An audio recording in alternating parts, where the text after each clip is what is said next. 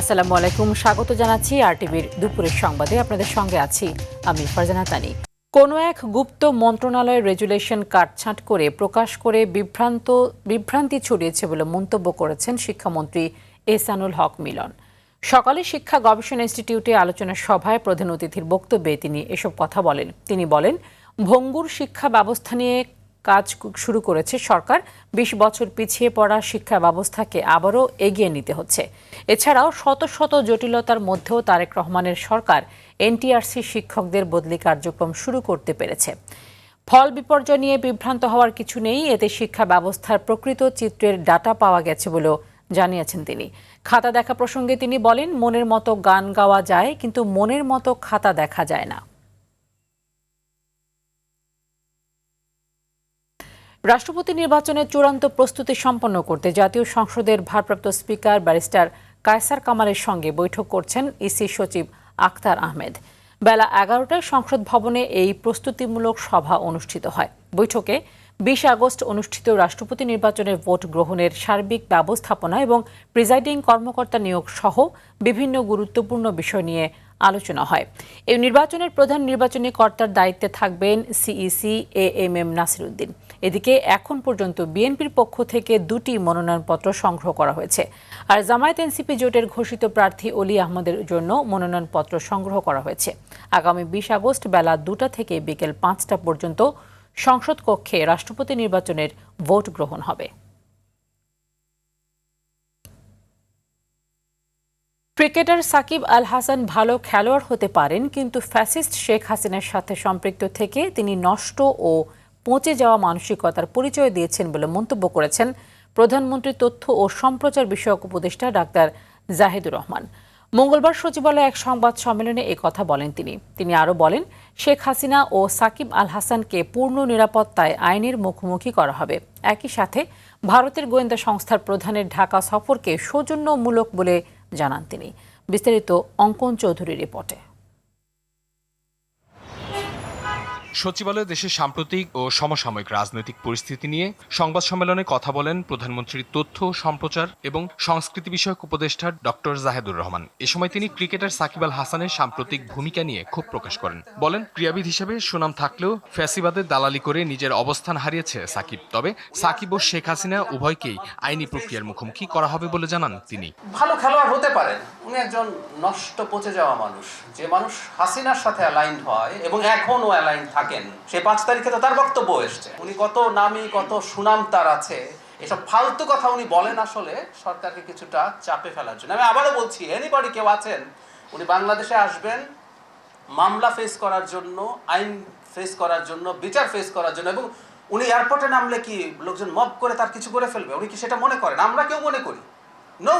সংবাদ সম্মেলনে সম্প্রতি ভারতের গোয়েন্দা সংস্থা রয়ের প্রধানের একদিনের ঢাকা সফর নিয়েও কথা বলেন তথ্য উপদেষ্টা। ভারতের কোনো সংস্থা, কোনো প্রতিষ্ঠান আগে যেভাবে বাংলাদেশে কাজ করেছে, আমি হাসিনার আমলের কথা বলছি, যে ধরনের অ্যাটিটিউড করেছে সেটা হতে পারবে না। আমরা আলাপ করছি সেটা একটা স্বাধীন, সার্বভৌম, আত্মমর্যাদাশীল জাতির সাথে যেভাবে আচরণ করতে হয়, কথা বলতে হয়। ভারতের নিরাপত্তা নিয়ে তাদের কোনো বক্তব্য থাকতে পারে, আমাদেরও থাকতে পারে, এগুলো নিয়ে আলাপ আলোচনা হবে। কিন্তু ওই যে বললাম, দুটো স্বাধীন সার্বভৌম দেশ আলাপ করছে, এভাবে এটা হতে হবে। অন্যদিকে জুলাই গণ অভ্যুত্থান স্মৃতি জাদুঘর থেকে সীমান্ত হত্যার শিকার ফেলানীর স্মৃতি সরিয়ে ফেলা প্রসঙ্গে সরকারের অবস্থান স্পষ্ট করেন উপদেষ্টা। শেখ হাসিনা তার অবৈধ ক্ষমতা, তার মাফিয়াতন্ত্র কিভাবে তৈরি করেছেন, এবং তাকে আমরা, এটা নিচতলাটা আছে সেটায় সাজানো, যে কিভাবে একটা মাফিয়াতন্ত্র প্রতিষ্ঠিত হয়, তিনি দেশে দেশে কি করেছেন। এবং আমরা এখানে যেটা চেষ্টা করেছি সেটা হচ্ছে আওয়ামী লীগ এবং শেখ হাসিনার পোর্ট্রেয়াল।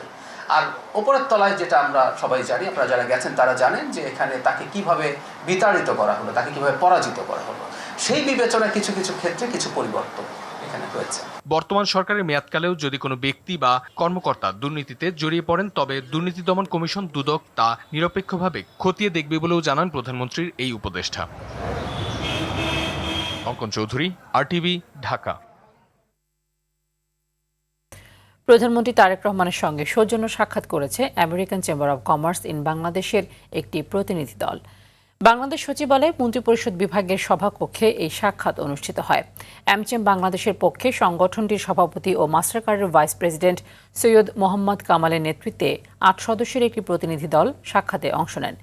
এ সময় বাংলাদেশে আরও মার্কিন বিনিয়োগ আকর্ষণ এবং দুই দেশের মধ্যে বাণিজ্যিক সম্পর্ক আরও জোরদারে কাজ করছে বলে জানান তারা। প্রধানমন্ত্রী বলেন, বর্তমানে বাংলাদেশে বিনিয়োগের অনুকূল পরিবেশ রয়েছে। আগ্রহী বিদেশি বিনিয়োগকারীদের সব ধরনের সহযোগিতা করতে সরকার প্রস্তুত। এদিকে প্রধানমন্ত্রী তারেক রহমানের সঙ্গে সৌজন্য সাক্ষাৎ করেছেন বিশ্বের অন্যতম বৃহৎ ডিজিটাল পেমেন্ট নেটওয়ার্ক প্রতিষ্ঠান ভিসার এশিয়া প্যাসিফিক অঞ্চলের প্রেসিডেন্ট স্টিফেন কার্পিন। সকালে সচিবালয়ে এই সাক্ষাৎ অনুষ্ঠিত হয়। এ সময় তারা বাংলাদেশে ডিজিটাল কমার্সের গতি বাড়াতে, পেমেন্ট নিরাপত্তা আরও মজবুত করা এবং দেশের ডিজিটাল রূপান্তরে করণীয় নিয়ে আলাপ করেন। এর আগে 3 দিনের সফরে সোমবার বাংলাদেশে আসেন বিশ্বের অন্যতম বৃহৎ ডিজিটাল পেমেন্ট নেটওয়ার্ক প্রতিষ্ঠান ভিসার এশিয়া প্যাসিফিক অঞ্চলের প্রেসিডেন্ট স্টিফেন কার্পিন।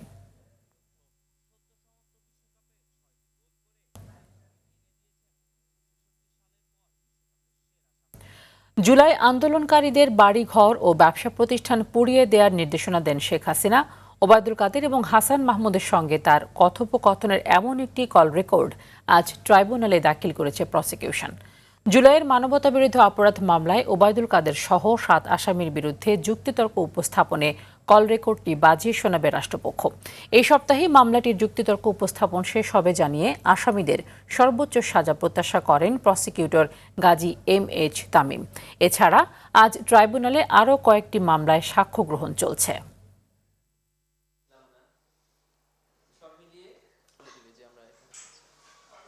ওরা কথা থাকে না, ওরা একটা কথা বলে পরে রাখতে পারে না, উনি যে আর একটা হয়ে যায়।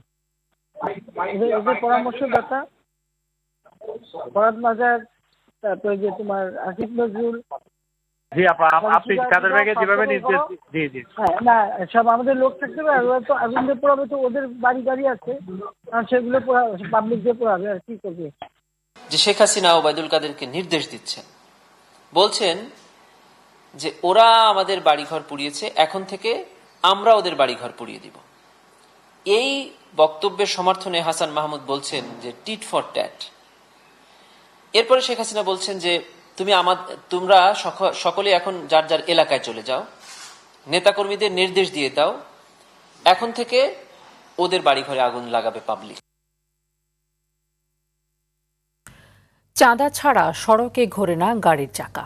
দেশে পরিবহন কোম্পানির নামে চলছে চাঁদাবাজির এই রমরমা ব্যবসা।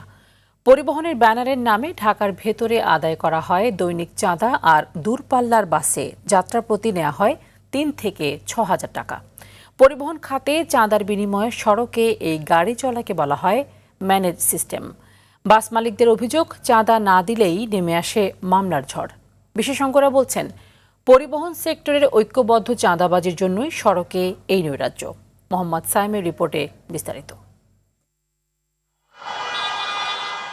সড়কে বাস নামাতে হলেই যেতে হবে কোনো না কোনো কোম্পানির ব্যানারে, আর এখানেই চলে চাঁদাবাজি। সড়ক পরিবহন নীতিমালায় সব বাস কোম্পানির নামে থাকার বিধান থাকলেও ঢাকার পরিবহন সেক্টরে আলাদা মালিকের নামে থাকে বাস, যে কারণে চাঁদা না দিলেই ওই বাসে নামে মামলা ঝড়। মদনপুরে 650 টাকা চাঁদা নিচ্ছে, কাশপুরে 60 টাকা নিচ্ছে, স্টাফ কোয়ার্টার 100 টাকা নিচ্ছে, রামপুরা 40 টাকা। পরিবহন ব্যবসায় এই নৈরাজ্য পরিণত হয়েছে নিয়মে।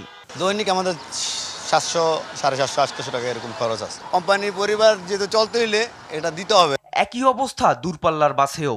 বিলাসবহুল এসব বাসে জিপি চাঁদার বিবরণ দিলেন কোম্পানির এই কর্মী। 2 জন মিলে একটা নির্ধারণ হয় যে আপনার বাসটা ঢাকা থেকে কক্সবাজার যাবে এবং যাওয়ার পরে এখানে আবার ঢাকায় চলে আসবে। আপনার এখানে আমাকে 5000 বা 6000 একটা টাকা ধরে দেওয়া হয় যে এই টাকাটা আমাকে দিবেন, আপনার লাভ লস এটা হলো, বাকিটা হলো আপনার। এই চাঁদার বিনিময়ে রাজধানী সহ সারা দেশে রুট পারমিট ও ফিটনেসহীন যানবাহন সড়ক দাপিয়ে বেড়াচ্ছে। বিআরটিএর হিসেব বলছে, ঢাকায় মাত্র 3445টি বাসের রুট পারমিট ও ফিটনেস সনদ থাকলেও সড়কে চলছে 10,000-এর বেশি। সড়কে এমন চাঁদাবাজি ও অনিয়মের চিত্র স্বীকার করে নিয়মে ফেরাতে সরকারের সঙ্গে কাজ করার কথা জানিয়েছেন সড়ক পরিবহন মালিক সমিতির মহাসচিব। যদি বিস্তার হয়, উন্নতি লাভ করে, এটাকে আবার নিয়ন্ত্রণে আনা কিন্তু কঠিন। ফিট হবে, আমরা এগুলো নিয়ে কিন্তু নানামুখী উদ্যোগ নিচ্ছি, সরকার নিচ্ছে, প্রধানমন্ত্রী চিন্তা করছে। তবে এ বিষয়ে একাধিকবার যোগাযোগ করেও ট্রাফিক বিভাগের মন্তব্য পাওয়া যায়নি। ক্যামেরায় কথা বলতে অস্বীকার জানায় সড়ক পরিবহন কর্তৃপক্ষ। পরিবহন খাতের এই অস্থিরতার জন্য ঐক্যবদ্ধ চাঁদাবাজিকে দায়ী করেছেন বিশেষজ্ঞরা। ব্যক্তিকেন্দ্রিক বা ব্যক্তি মালিকানায় যখন বাসগুলি চলবে, কেন রুট পারমিট তো আসলে একটা কোম্পানির নামে আছে। আপনার যদি রুট পারমিট না থাকে, আপনি যদি ওই রুটে ঢোকেন, সেই সুযোগটা কিন্তু ওই যে আমি বললাম একটা সিন্ডিকেট, এখানে একটা শক্তিশালী সিন্ডিকেট আছে, তারা কিন্তু সুযোগটা নেবে। কারণ আপনি তো রুট পারমিট নাই, আপনি এই রুটে বাস চালাচ্ছেন, তাহলে যারা আসলে ওই সিন্ডিকেটের মধ্যে আছে তারা কিন্তু আপনাকে ওই চাঁদা নিয়েই এখানে চালাতে দেবে। বিশেষজ্ঞরা বলছেন, গণপরিবহনকে চাঁদাবাজির ক্ষেত্র থেকে বের করে সেবা খাতে পরিণত করতে ন্যাশনাল বাস রুট ফ্রাঞ্চাইজি পদ্ধতি নেওয়ার বিকল্প নেই। মোহাম্মদ সায়েম, RTV, ঢাকা। মুক্তিযুদ্ধের ইতিহাসকে ছোট ও কলঙ্কিত করার চক্রান্ত চলছে বলে অভিযোগ করেছেন বিএনপির সিনিয়র যুগ্ম মহাসচিব ও প্রধানমন্ত্রীর রাজনৈতিক উপদেষ্টা রুহুল কবির রিজভী। তিনি বলেন, 1971 বাংলাদেশের স্বাধীনতার গৌরবময় অর্জন। এই ইতিহাসকে কোনোভাবেই খাটো করার সুযোগ নেই। সকালে নয়াপল্টনে জামায়াতের ঔদ্ধত্যপূর্ণ বক্তব্য ও কর্মকাণ্ডের মাধ্যমে বাংলাদেশকে অস্থিতিশীল করার চক্রান্তের প্রতিবাদে মুক্তিযোদ্ধা দলের বিক্ষোভ মিছিল শেষে তিনি এসব কথা বলেন। রিজভী বলেন, যারা খুব কৌশলে 1971 ও জুলাইকে মুখোমুখি দাঁড় করিয়ে কোনটি ছোট আর কোনটি বড় তা নির্ধারণের চেষ্টা করছেন, তাদের সে প্রচেষ্টায় কোনো লাভ হবে না। খুব কৌশলে, খুবই চক্রান্তমূলকভাবে যেভাবে কোনটা বড় কোনটা ছোট এইটা করার চেষ্টা করছেন, এতে কোনো লাভ হবে না। বন্ধুরা আমার, এই জাতি স্বাধীন যেমন হয়েছে তেমনি তার স্বাধীনতা রক্ষা করতে।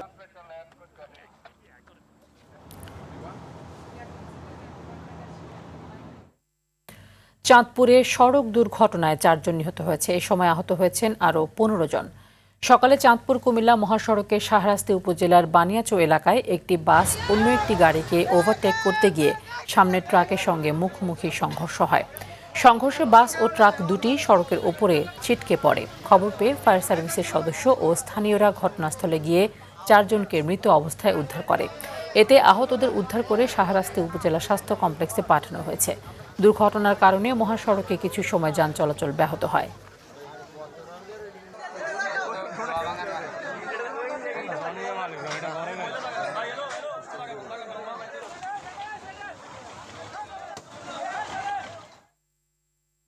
বিএনপি সরকার নারীদের এমনভাবে যোগ্য করে তুলতে চায় যাতে তাদের জন্য কোনো কোটার দরকার না হয় বলে মন্তব্য করেছেন সমাজ কল্যাণ এবং নারী ও শিশু বিষয়ক মন্ত্রী ডাক্তার AZM জাহিদ হোসেন। তিনি বলেন, বিএনপি নারীর ক্ষমতায়নে বিশ্বাসী। সরকার নারীর উন্নয়নকে আগামীর বাংলাদেশ বিনির্মাণে বিনিয়োগ হিসেবে মূল্যায়ন করছে। সকালে রাজধানীর সিডাপ মিলনায়তনে নারীর অর্থনৈতিক ক্ষমতায়নের ক্ষেত্রে জনমত গঠন শীর্ষক আলোচনা সভায় তিনি এসব কথা বলেন। ডাক্তার জাহিদ আরও বলেন, একটি অন্তর্ভুক্তিমূলক সমাজ গড়তে নির্বাচনের আগে থেকেই কাজ করছে বিএনপি। পিছিয়ে পড়া জনগোষ্ঠীকে মূলধারায় নিয়ে আসার জন্য সব ধরনের উদ্যোগ সরকার নিয়েছে বলে জানান তিনি। নলেজ ডিসাইড করবে, তার ক্যাপাসিটি ডিসাইড করবে তার অবস্থান কোথায় হবে। এই ক্যাপাসিটিটা তৈরি করে দেওয়ার দায়িত্ব হচ্ছে আমরা যারা নিজেদেরকে মনে করি সমাজপথী অথবা আমরা মনে করি আমরা এম্পাওয়ার্ড, তাদের দায়িত্ব হচ্ছে সবার ক্যাপাসিটি দেওয়া। সে পিছিয়ে পড়া জনগোষ্ঠী থেকেও সে আসতে পারে, এগিয়ে যাওয়া জনগোষ্ঠী থেকেও হতে পারে। শরীয়তপুরের জাজিরায় দুই পক্ষের সংঘর্ষের সময় ককটেল বিস্ফোরণে মান্নান সর্দার নামের এক ব্যক্তি নিহত হয়েছেন। এই ঘটনায় আহত হয়েছেন অন্তত 10 জন।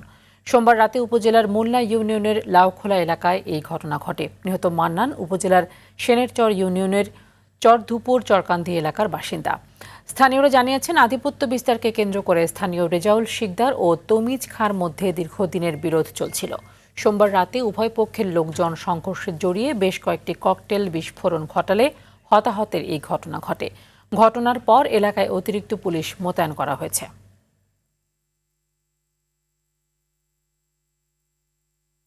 মুন্সিগঞ্জে পল্লী বিদ্যুৎ অভিযোগ কেন্দ্রের গ্যারেজে অগ্নিকাণ্ডের ঘটনা ঘটেছে। এতে পুরনো সিলিং ফ্যান, বিদ্যুতের মিটার, আসবাবপত্র, বিভিন্ন মালামাল ক্ষতিগ্রস্ত হয়েছে। সোমবার দিবাগত রাতে সিরাজদি খান বাজারে এই অগ্নিকাণ্ডের ঘটনা ঘটে। ফায়ার সার্ভিসের আধা ঘন্টার চেষ্টায় আগুন নিয়ন্ত্রণে আসে। এদিকে নোয়াখালীর হাতিয়ায় গ্যাস সিলিন্ডারের আগুনে 5টি দোকান ও একটি বসতঘর পুড়ে গেছে। ফায়ার সার্ভিস বলছে এতে অন্তত 80 লাখ টাকার ক্ষয়ক্ষতি হয়েছে। সোমবার রাতে উপজেলার সাগরিকা বাজারে এই অগ্নিকাণ্ড ঘটে। দুপুরের সংবাদ এ পর্যন্তই। জেলার সংবাদ বিকেল 4:45টায় দেখার আমন্ত্রণ রইল। ধন্যবাদ সবাইকে।